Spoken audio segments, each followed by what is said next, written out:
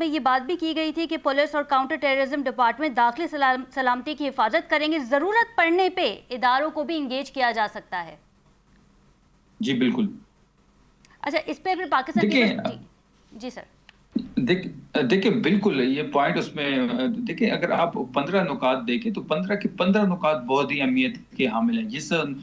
Point کی آپ ذکر کر رہے ہیں، بالکل ہم تو ڈے ون سے کہہ رہے ہیں کہ ہم تو ڈے ون سے یہ بات کر رہے ہیں کہ جی مذاکرات ہی آخری حل ہے اس چیز کا، مذاکرات ایک واحد ہی راستہ ہے امن و امان کی طرف بڑھنے کا۔ ہاں اگر کہیں ہمیں آپریشن کی ضرورت پڑی یا کسی بھی کارروائی کی ضرورت پڑی تو دیکھیں پہلے پولیس اور جو CTD کے ہمارے ادارے ہیں ان سے بات کیجیے گا، پھر بھی ہمیں ضرورت پڑی دیگر لائن آرڈر انفورسمنٹ ایجنسی کی تو بالکل ان کو کال آن کیا جائے گا۔ اچھا، وہاں پہ یہ بات بھی ہوئی تھی شفیع جہاں صاحب کہ معدنیات کے حوالے سے بھی کوئی SOP قائم کی جائے گی، اور ہم دیکھتے ہیں کہ جہاں معدنیات ہوتی ہے وہاں دہشت گردی ہوتی ہے، اور پھر تاکہ اسی دہشت گردی کے سلسلے میں معدنیات جو ہیں، جو وسائل ہیں وہ باہر بھیجے جاتے ہیں۔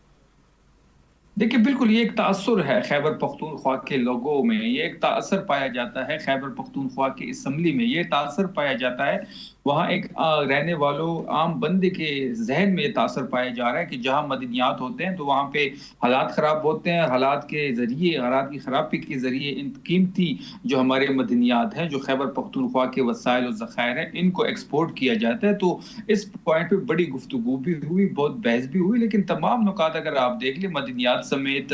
ہمارا جو NHP کا شیئر ہے وفاق کے پاس، جو صوبے کی سب سے بڑی ایک بہت بڑی رقم وفاق کے ذمہ ہے، NFC ایوارڈ میں ہمارے حصے کا ایشو ہے۔ مرجر ایریا کے بعد ہمیں جو پیسے ملنے تھے خیبر پختونخوا کو وہ نہیں ملے۔ گیس اینڈ آئل کی مد میں بہت بڑی رقم ہمارے وفاق حکومت کے ذمہ، تو جتنے بھی صوبائی حقوق تھے ہمارے اس پہ بڑی کل کی گفتگو ہوئی، بڑی کل کی تجاویز آئی، بڑی کل کی مشاورت ہوئی، اور یہ سب سے بڑی کامیابی ہے کہ تمام پولیٹیکل پارٹی